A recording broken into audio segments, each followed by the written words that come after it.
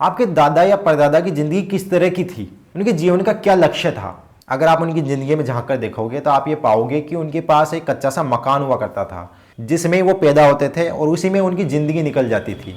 इसी तरह से उनके पास एक खेत होता था जिसमें वो खेती करते थे और जो भी अनाज, जो भी सब्जियां, जो भी फल उसमें उगाते थे उसी को वो खाते थे और इसी तरह से वो अपनी ज़िंदगी व्यतीत करते थे। और अगर मैं कपड़ों की भी बात करूँ तो मुश्किल से कोई होगा जिसके पास 2 जोड़ी से ज़्यादा कपड़े निकलते होंगे, क्योंकि उन लोगों के इस तरह के शौक ही नहीं थे। तो उनकी ज़िंदगी बहुत ही सिंपल होती थी, रोटी, कपड़ा और मकान, वो भी बहुत ही लिमिटेड। तो इस वजह से क्या था कि उस टाइम जो लोग थे तो वो उतना ही पैसा कमाते थे जितनी उनकी ज़रूरत थी। और अगर मान लीजिए उनके पास थोड़ा सा ज़्यादा पैसा आ भी गया तो वो यही सोचते थे कि यार इस पैसे का हम करें क्या। अब उस पैसे से वो कुछ खरीद तो सकते नहीं थे, क्योंकि उनको जो भी ज़रूरत थी, जो भी आवश्यकताएं थी, वो सारी चीज़ें उनके पास थी। तो वो क्या करते थे, उस पैसों से दान पुण्य करते थे।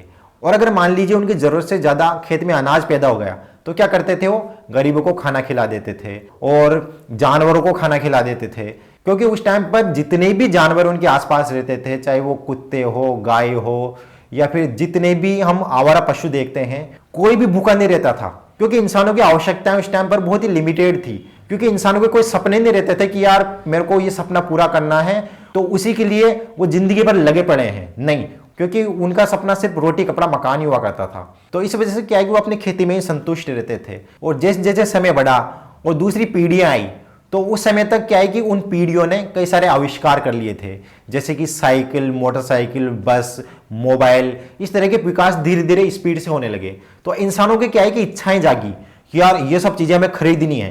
तो अब इंसान के जीवन का ये लक्ष्य बन गया कि ये चीजें मुझे चाहिए ही सही, क्योंकि अगर ये चीजें मुझे मिल जाएगी तो मैं बहुत ही आनंददायक जिंदगी जीऊंगा। तो इसके लिए उसने कई सारे हथकंडे अपनाए। जैसे कि मान लीजिए उसका सपना बन गया कि मुझे बहुत ही आलीशान मकान बनाना है, तो उसने क्या किया, पहाड़ों को तोड़ना स्टार्ट किया और पहाड़ों से कई सारे पत्थर निकाले और उससे मकान बनाने लगा। जब उसे लगा कि यार मुझे अपने मकान में खिड़कियां बनानी है तो उसने वापस पहाड़ों को तोड़ा और उसमें से लोहा और कई सारे खनिज निकाले।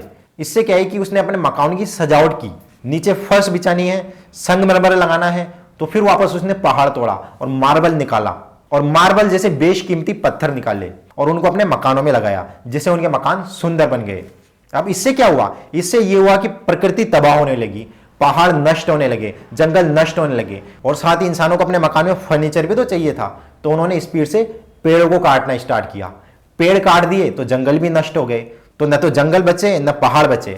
अब इंसान को सब कुछ फैसिलिटी अपने घर के अंदर ही चाहिए थी, तो उसने अपने हर सपने को पूरा करने के लिए, हर फैसिलिटी के लिए जितनी भी हो सकती थी उतनी तबाही करना स्टार्ट किया। उसने प्लास्टिक का आविष्कार किया, रबर का आविष्कार किया, कई सारे केमिकल्स का आविष्कार किया। उससे क्या हुआ, उसने अपने फैसिलिटी की चीजें तो बना ली, लेकिन जब वो चीजें खराब हुई, बेकार हुई और वो वेस्टेज बन गई तो उसने उनको ऐसे ही बाहर फेंक दिया।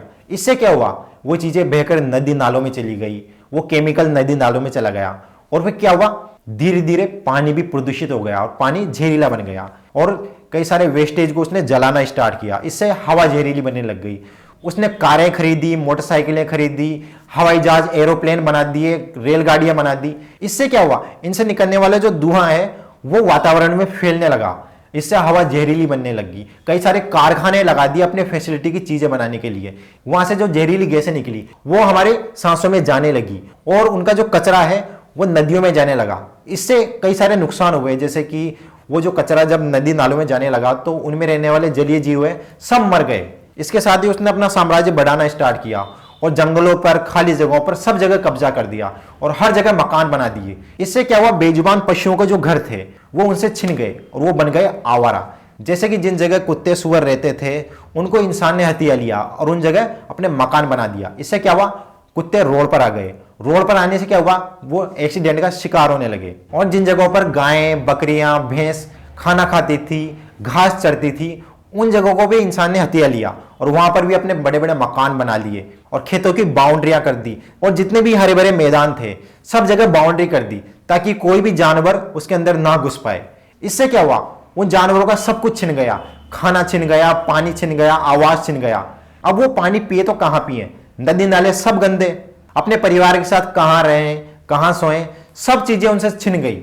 और ये जो इंसान है अपनी आवश्यकताओं को पाने के लिए इतना पागल हो गया कि वो ये भी भूल गया कि इन बेसहारा जानवरों से हमने इतना कुछ छीन लिया, तो ये हमारी जिम्मेदारी बनती है कि हम इनके रहने की व्यवस्था करें, इनको खाना खिलाने के लिए व्यवस्था करें। नहीं, उसको कोई मतलब नहीं है। इससे क्या हुआ कि जो जानवर हैं वो भूख प्यास से मरने लगे, उनको बीमारियां होने लगी, एक्सीडेंट उनके होने लगे। तो आप खुद ही सोच कर देखिए कि जितने भी आविष्कार हो रहे हैं या फिर जितनी की सुविधाएं हमारी बढ़ रही हैं, क्या ये वरदान है या अभिशाप? आप खुद सोच के देखिए, क्योंकि इन्हीं चीजों को पाने के चक्कर में हमने वो सब खो दिया जो हमारे पूर्वजों ने लाखों सालों से बचा के रखा था। सारे पहाड़, नदियां, तालाब, जंगल, भूमि सब बर्बाद कर दी, यहां तक कि पशु पक्षियों को भी नहीं छोड़ा। शायद इसीलिए हमारे पूर्वज अपनी जिंदगी से संतुष्ट थे, क्योंकि उन्हें पता था कि अगर हम कुछ इच्छाएं करेंगे या फिर कुछ आवश्यकताएं की चीजें हम बनाने की कोशिश करेंगे, तो इससे हमारी प्रकृति को, जो पर्यावरण को, या फिर जो जानवर हैं या पशु पक्षी हैं,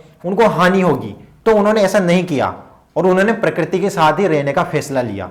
और एक हम हैं जो प्रकृति को इतना बर्बाद करने के बाद भी रुकने का नाम ही नहीं ले रहे। अब आप ही बताइए कि ये बर्बादी कैसे रुकेगी? दोस्तों, मैं आपके लिए इसी तरह के अवेयरनेस से रिलेटेड वीडियोस बनाता हूं।